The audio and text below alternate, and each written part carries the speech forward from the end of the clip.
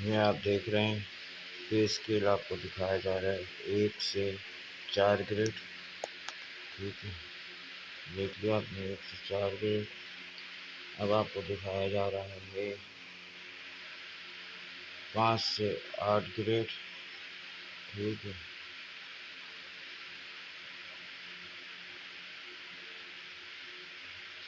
5 से 8 ग्रेड आपको दिखा दिया गया है। अब आपको दिखाया जा रहा है 9 से 12 ग्रेड। 9 से 12 ग्रेड दिखा दिया गया है। अब आपको दिखाया जा रहा है 13 ग्रेड से लेके 16 ग्रेड तक। सही, 16 ग्रेड तक। सही, अब 16 से लेके 17 से लेके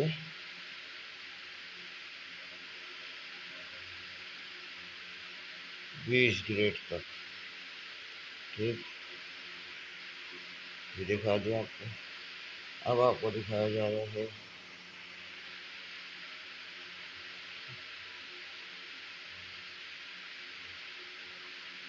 22 ग्रेड तक। ठीक है, ये आपको दिखा दिया गया है 22 ग्रेड तक। देख लीजिए।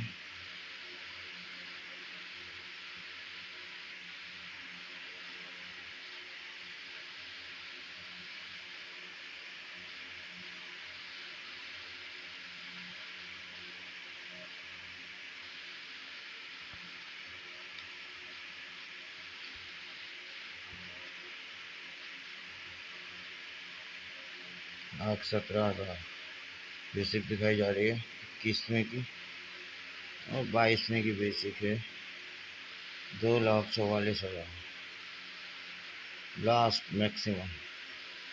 ठीक है, अब आपको जैसा कि आपके इल्म में है कि वफाकी गवर्नमेंट का 12 जून को बजट आया, पंजाब गवर्नमेंट का 13 जून को बजट आया, सिंध गवर्नमेंट का 14 जून को बजट आया।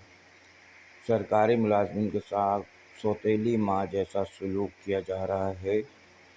1 से 16 ग्रेड के जो मुलाजमीन हैं, चाहे वो वफाक हो, चाहे पंजाब हो, चाहे वो सिंध हो, चाहे खैबर पख्तूनख्वा हो। लेकिन खैबर पख्तूनख्वा ने तो जो बजट वफाक से पहले पेश किया था उसमें तो टोटल ही 10% तनख्वाह बढ़ाई थी 1 से 22 ग्रेड की। लेकिन वफाक ने 1 से 16 ग्रेड की बढ़ाई है 25%। पंजाब ने भी 1 से 16 ग्रेड की बढ़ाई है 25%। और सिंध ने भी बढ़ाई है 1 से 16 ग्रेड की तनख्वाह 25%। ठीक, अब हम बात करते हैं 17 से 22 ग्रेड की वफाक ने बढ़ाई है 22%। पंजाब ने बढ़ाई है 17 से 22 की 20%। सिंध ने बढ़ाई है 17 से 22 की 20%। अब आप बताएं, तीनों ने जो 17 ग्रेड की तनख्वाह बढ़ाई है, जिनकी ऑलरेडी 17 से 22 ग्रेड वाले जो मुलाजमीन हैं, वफाक हो, पंजाब हो, सिंध हो, तीनों फेडरल ने और दोनों सूबों ने जो तनख्वाहें बढ़ाई हैं 17 से 22 ग्रेड की, वो बढ़ाई है 22%। अब आप 22% का हिसाब लगाएं और 7 ग्रेड से 16 ग्रेड का हिसाब लगाएं। सिंध ने 7 से 16 की जो बढ़ाई है वो 25% बढ़ाई है, और 1 से 6 ग्रेड की बढ़ाई है सिंध ने 30%। जबकि जो 17 से 22 ग्रेड है, जो सिंध ने 22% बढ़ाई है, उनकी बेसिक जो है लाखों में बात करती है, लाखों में। 2.5 लाख बेसिक है 22 ग्रेड के अफसर की। अब उसके आपने 22% बढ़ा दिए, तो 22% का हिसाब है कि तकरीबन 60-70 हज़ार रुपये बढ़ेंगे उनके, क्योंकि उनकी तनख्वाह के हिसाब से पैसे बढ़ते हैं। सही, और जो सिंध ने 7 से 16 ग्रेड की तनख्वाह बढ़ाई है, वो बढ़ाई है 25%। 3% का फ़र्क है 17 से 22 में और 7 से 16 में, सिर्फ 3% का फ़र्क है। वो भी क्यों रखा था? 17 से 22 को भी आप 25% दे देते। जब एक 7 से 16 को सौतेली माँ जैसा सलूक किया गया है। 1 से 16 ग्रेड के साथ सौतेली माँ जैसा सलूक किया गया है। जब तक भूख नहीं लगती तो माँ बच्चे को दूध नहीं पिलाती। जब तक बच्चे को भूख नहीं लगती, वो खाना नहीं मांगता, तो माँ खाना नहीं खिलाती। अब जो हमारे तनख्वाहदार तबका है, मुलाजमीन है, ये उसी वक्त हमें सहूलतें दी जाएंगी, तनख्वाहों में इजाफ़ा किया जाएगा। जब तक हम बैठे रहेंगे सुकून से, कोई हमारी फरियाद सुनने वाला नहीं है 1 से 16 ग्रेड की। जबकि जुल्फ़िकार अली भुट्टो साहब बानी रहनुमा पीपल्स पार्टी थे और मोहतरमा शहीद बेनज़ीर भुट्टो साहिबा थीं। उस वक्त तक मुलाजमीन की सुनी जाती रही, उसके बाद मुलाजमीन की अब नहीं सुनी जा रही। क्योंकि अगर सिंध 1 से 16 की 1 से 6 ग्रेड की 60% तनख्वाह बढ़ाता, 60%, और 7 से 16 की 50% बढ़ाता, और 17 से 22 की 20% भी बढ़ाता ना, तो लगता कि माँ ने बराबर सलूक किया है। बराबर कुछ तो आंसू पुछते, नमक के बराबर ही आंसू पुछ जाते, लेकिन ऐसा नहीं हुआ। हाउस रेंट क्यों नहीं बढ़ाया जा रहा? क्यों सौतेली माँ जैसा सलूक किया जा रहा है? दिन ब दिन घरों के किराए बढ़ते जा रहे हैं, लेकिन हम वही 2005 के हाउस रेंट पे मुख्तस कर दिया गया है। सेक्रेटरीट के मुलाजमीन को स्पेशल अलाउंसेस दे दिए जाते हैं, डिस्पैरिटी अलाउंस बढ़ा दिया जाता है उनका पेट्रोल फ्यूल के अलाउंसेस बढ़ा दिए जाते हैं, उनके मेडिकल सहूलियात उनको दे दी जाती हैं। 17 से 22 वालों को, 1 से 16 वालों का कोई पुरसान हाल नहीं है। उनका भी हाउस रेंट भी बढ़ा दिया गया, उनका कन्वेंस भी बढ़ा दिया गया। उनको वैसे ही अदर अलाउंसेस हर 6 महीने बाद 1,70,000 1,90,000 रुपये मिलते हैं हर 6 महीने बाद। किस बात के भाई? पेट्रोल के अखराजात अलग दिए जाते हैं उनको। 1 से 16 को कोई ऐसी सहूलत दी जाती है? नहीं। तो इनकी तनख्वाहें 60%, 50% और 17 से 22 ग्रेड की 20% बढ़ा दी जाती, तो भी समझते कि हाँ, माँ ने बच्चों के साथ बराबरी का सलूक किया है। हाउस रेंट को क्यों नहीं बढ़ाया जा रहा, ये समझ से बाल आता है। और कन्वेंस को क्यों नहीं बढ़ाया जा रहा 2011 के बाद से, ये भी समझ से बाल आता रहे। जबकि पेट्रोल इस वक्त 269 रुपये 14 पैसे पे है।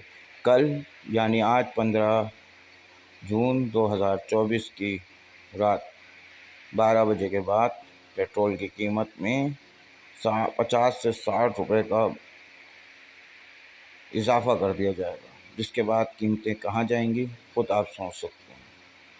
मेडिकल जो सहूलियात गवर्नमेंट प्रोवाइड करती है हमें मेडिकल के नाम पे, जो मेडिकल अलाउंस देती है 1,300 रुपये, इसका कोई फ़ायदा नहीं है, क्योंकि डॉक्टर की फ़ीस ही 1,000 रुपये लग जाते हैं। उसके बाद मेडिसन, एक बंदे का मेडिकल नहीं बनता। ये माँ बाप, बीवी, बच्चे कैसे दिखाया जाएगा? इसलिए आप सेहत कार्ड दे दीजिए, मेडिकल के 1,300 रुपये वापस ले लीजिए।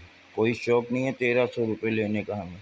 कन्वेंस अलाउंस बढ़ाएँ, हमारा हाउस रेंट बढ़ाएँ, और तनख्वाहों पे दोबारा दरख्वास्त की जाती है चेयरमैन पाकिस्तान पीपल्स पार्टी बिलावल भुट्टो साहब से कि इस पर नज़र षानी करें, और यूटिलिटी अलाउंस भी बढ़ाएँ, जो कि 2020 से पुटअप है। सीएम मुराद अली शाह ने पुटअप किया नादिर मक्सी के दिए हुए यूटिलिटी बिल को, और उसके बाद से इस पर भी अमल दरामद नहीं हुआ। 2020 से अब 2024 जून की 15 तारीख है और अभी तक अमल दरामद नहीं हुआ। अब जो रहमान बाजवा साहब हैं, उनको जो यकीन दहानियाँ कराई गई थी कि हाउस रेंट बढ़ेगा, कन्वेंस बढ़ेगा, मेडिकल बढ़ेगा, ऐसा नहीं हुआ। अब अगर रहमान बाजवा साहब ने धरना ख़त्म किया 17 से 22 की 22% सैलरी बढ़ने पे, और 1 से 16 की 25% सैलरी बढ़ने पे, 3% का कोई फ़र्क है? कोई फ़र्क नहीं है।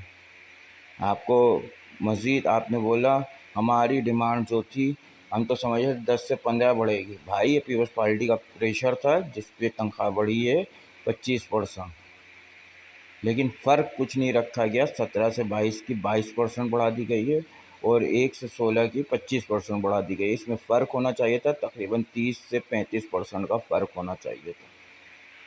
इस तरह तनख्वाह बढ़ने से जो छोटे ग्रेड के मुलाजमीन हैं 1 से 16 ग्रेड के, उनमें सौतेले और सगे का फ़र्क महसूस किया जा रहा है। माँ जब फ़र्क महसूस कराएगी, क्योंकि ब्यूरोक्रेसी और ब्यूरोक्रेट्स की तनख्वाहें वैसे ही बहुत ज़्यादा हैं। 1 से 16 ग्रेड की तनख्वाहें बहुत कम है। 17 से 22 ग्रेड में ब्यूरोक्रेसी और ब्यूरोक्रेट्स आते हैं, जो 3% का फ़र्क है और 5% का 2022-23 के बजट में फ़र्क है। ये सब जब स्किल रिवाइज़ होगा सब उससे ज़्यादा पूरा कर दिया जाएगा इनको।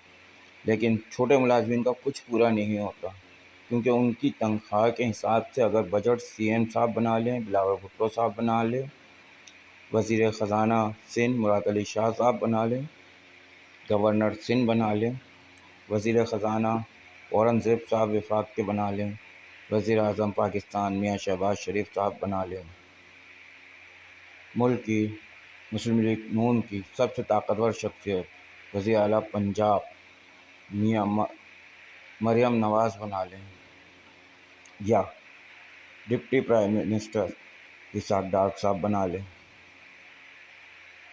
या सदर पाकिस्तान बना लें, कोई भी बना लें। अफ़वाज पाकिस्तान कल भी जिंदाबाद थी, अफ़वाज पाकिस्तान आज भी जिंदाबाद है। अफ़वाज पाकिस्तान की जितनी तनख्वाह बढ़ाएं, कम से कम हमारे 1 से 16 ग्रेड के आंसू तो पोंछ दीजिए। इतनी महंगाई है। अभी आप देखें कि कमिश्नर साहब ने दूध की कीमत 200 रुपये थी, 220 रुपये कर दिए, नोटिफिकेशन जारी कर दिया, 20 रुपये महंगा कर दिया। सिगरेट की कीमत 36 रुपये महंगी हो गई है। आप बताएं, तनख्वाहदार तबके पे टैक्स दर टैक्स लगाया जा रहा है। आटे की कीमत में 70 रुपये किलो इजाफा हो गया। क्या मसला है भाई? बोरी 70 रुपये महंगी हो गई है 10 किलो की। अब बताएं, चीनी 30 रुपये 10 किलो पे महंगी हो गई है। आप बताएं किस तरह ये बजट बढ़ाया गया है कि ये पूरा होगा। और टैक्सेस, तनख्वाहदार तबके पे मज़ीद टैक्सेस का बोझ लगा दिया गया है। इस पे नज़रसानी करें तमाम इदारों से और तमाम यूनियन से दरख्वास्त है कि अपने हक़ के लिए तो आवाज़ उठाएं, अपने हक़ के लिए तो मैदान में निकलें। मुलाजमीन 1 से 16 ग्रेड की कोई तो फरियाद पे लब्बैक कहे। अगर हम घरों में बैठे रहेंगे 1 से 16 ग्रेड के मुलाजमीन, कोई हमें खाना नहीं खिलाएगा, कोई बग़ैर शोर शराबा किए कोई हमें रोटी नहीं देगा, कोई दूध नहीं पिलाएगा। ये हज़रत उमर फ़ारूक का, हुज़ूर सल्लल्लाहु अलैहि वसल्लम का, या हज़रत अबू बकर सिद्दीक़ रज़ियल्लाहु तआला अन्हा का, या उमर फ़ारूक रज़ियल्लाहु तआला अन्हा का, या हज़रत उस्मान गनी रज़ियल्लाहु तआला अन्हा का, या हज़रत अली मुर्तज़ा रज़ियल्लाहु तआला अन्हा का दौर हुकूमत नहीं है, या इमाम हसन या इमाम हुसैन का दौर हुकूमत नहीं है कि हक़ की खातिर हर चीज़ को बर्दाश्त किया जा गया है और हक़दार को उसका हक़ जायज़ दिया गया। अस्सलामु अलैकुम वरहमतुल्लाहि व बरकातहू।